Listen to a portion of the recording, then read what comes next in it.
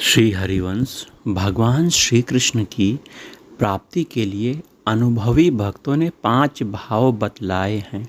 शांत भाव, दास्य भाव, सख्य भाव, वात्सल्य भाव, मधुर भाव। इनमें शांत के गुण दास्य में पाए जाते हैं, शांत और दास्य के गुण सख्य में पाए जाते हैं, शांत, दास्य और सख्य के गुण वात्सल्य में पाए जाते हैं और शांत, दास, सख्य, वात्सल्य चारों के गुण मधुर भाव में, माधुर्य भाव में रहते हैं। तो सबसे ऊंचा यहाँ पे मधुर भाव है। एक महामधुर भाव भी है जो कि सहचरी भाव है। ये चीज़ यहाँ नहीं बताई जा रही है। आगे सुनिए, इससे मधुर भाव ही परिपूर्ण और सर्वश्रेष्ठ भाव है। मधुर भाव यहाँ परिपूर्ण और सर्वश्रेष्ठ है, जो कि गोपी भाव है, कांता भाव कहा जाता है। ब्रज प्रेम प्रणाली में स्वतंत्र रूप से तो शांत भाव का अस्तित्व ही नहीं है। दास्य, सख्य, वात्सल्य ये स्वतंत्र भी रह सकते हैं, परंतु इन सब में मधुर भाव सर्वश्रेष्ठ है और इस परम श्रेष्ठ मधुर भाव के भजन से ही एकांत श्री कृष्ण सेवा स्वादन की पूर्ण रूप से प्राप्ति हो सकती है। यह मधुर जो भाव है उन्हीं में प्रस्फुटित होता है जो वैराग्य की चरम सीमा को अतिक्रम कर चुके हैं, जिनमें गंदे इंद्रिय भोग सुखों की तो कोई कल्पना ही नहीं, मोक्ष सुख का भी परित्याग हो जाता है। अपने लिए जहाँ कुछ रहता ही नहीं, अहम की जहाँ सर्वतो भावेन सर्वथा विस्मृति या निवृत्ति हो जाती है अहम की, और जो सुख और दुख दोनों ही केवल श्री कृष्ण सुख के लिए ही स्वीकार किए जाते हैं। ऐसे विलक्षण मधुरतम भाव केवल ब्रज गोपियों में ही पूर्ण और विशुद्ध रूप से सुप्रतिष्ठित हो रहता है, उन्हीं में ही पाया जाता है, गोपियों में, ब्रज गोपियाँ। इसलिए तो वो प्रेम की ध्वजा हैं।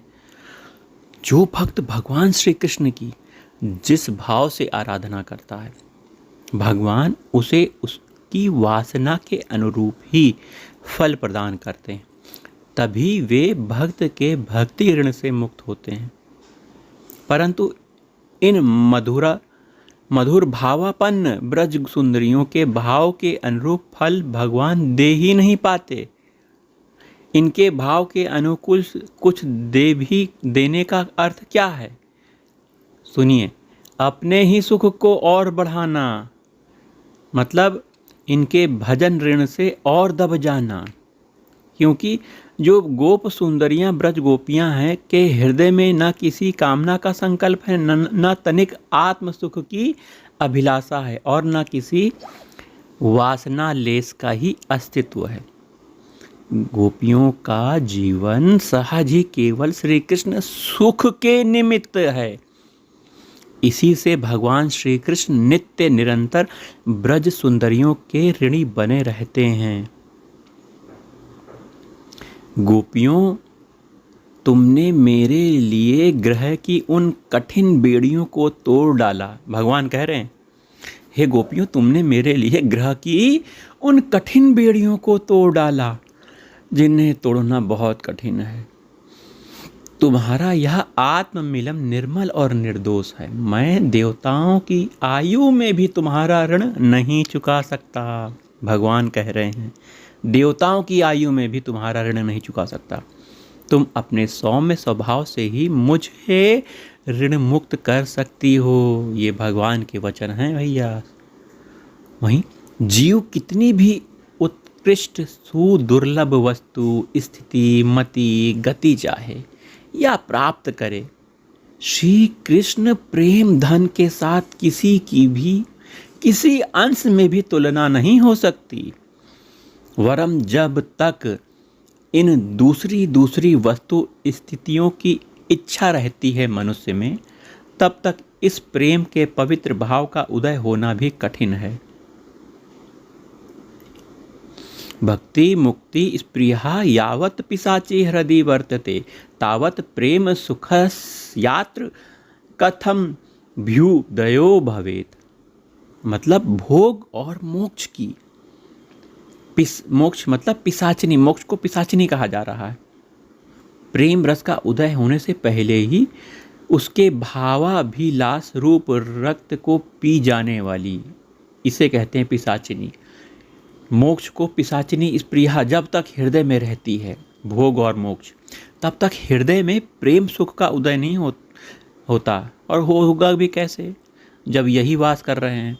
तो ब्रज धाम की ब्रज सुंदरियों से परिवृत श्री मेरे युगल सरकार राधा कृष्ण, राधा माधव की लीला बड़े बड़े देवता ऋषि मुनियों के लिए भी अगोचर है, जिसे प्राप्त करने के लिए महान ऐश्वर्यशाली शिव ब्रह्मादिक देवगण भी सदा समुत्सुक रहते हैं, और जिसकी जरा सी झांकी पाकर वे ही अपने को कृत्य मानते हैं। श्री नारायण की वक्षो विलासिनी भगवती श्री क्षीर माँ देवी भी जिनके लिए नित्य लालायित रहती हैं, स्वयं ब्रह्म विद्या जिनकी प्राप्ति के लिए कल्पों तक तपस्या करती हैं, उस दिव्य मधुर सुधामयी भगवत प्रेम श्री कृष्ण प्रेम रस लीला के आस्वादन के लिए चित्त की जो प्रबल और अदम्य लालसा होती है, उसी का नाम यथार्थ में मधुर प्रेम है। यह मधुर प्रेम ही सर्वोपरि श्रेष्ठ और एकमात्र वांछनीय है। यह प्रेमियों का परम धन है। इस धन की अनन्य आकांक्षा करके अनन्य साधन करते रहने पर साधकों को उनकी सिद्धावस्था में इस परम अमूल्य प्रेम धन की प्राप्ति हो सकती है। इसके लिए असत्संग का परित्याग करना चाहिए, इंद्रिय सुखों की वासना का सर्वथा त्याग होना चाहिए, जन संसर्ग की अरति श्री कृष्ण के नाम गुण लीला के अतिरिक्त किसी भी विषय के श्रवण कथन मनन से चित्त की विरक्ति होनी चाहिए।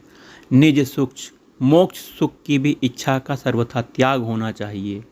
अपने को ब्रज में स्थित एक किशोर वयस्क सुंदरी गोपिका के रूप में अर्थात मंजरी देह प्राप्त गोप कुमारी के रूप में ले जाकर मन से ऐसा मानकर विशुद्ध रागमय श्री ललितादिक सखियाँ श्री रूप मंजरी आदि मंजरियाँ तदनुगा नित्य सिद्धा अनान्य व्रज देवियों में किसी एक के अनुगत होकर उस मतलब के मधुर भाव सेवा भाव का अवलंबन करके उक्त गुरु रूपा सखी की बाईं ओर रहकर निरंतर सेवा में संलग्न रहना, अर्थात मन से ऐसा भाव चिंतन धारणा या ध्यान करना कि मैं एक किशोर वय की परमा सुंदरी गोप कुमारी हूँ। मेरे हृदय में इंद्रिय सुख की, नाम कीर्ति की, लोक परलोक की या भोग मोक्ष किसी भी वासना का लेस नहीं है। श्री राधा कृष्ण राधा माधव की सुख सेवा रसास्वादन ही मेरा स्वभाव है। मैं अपने इस गुरु रूपा निसिद्धा सखी के वाम पार्श्व में रहकर उनकी अनुगता होकर सदा सर्वदा श्री राधा माधव की यथोचित सेवा में संलग्न हूँ। वाह्य रूप से जीव से सदा सर्वदा राधा कृष्ण राधा राधा नाम का मधुर जाप करना चाहिए। श्री हरिवंश।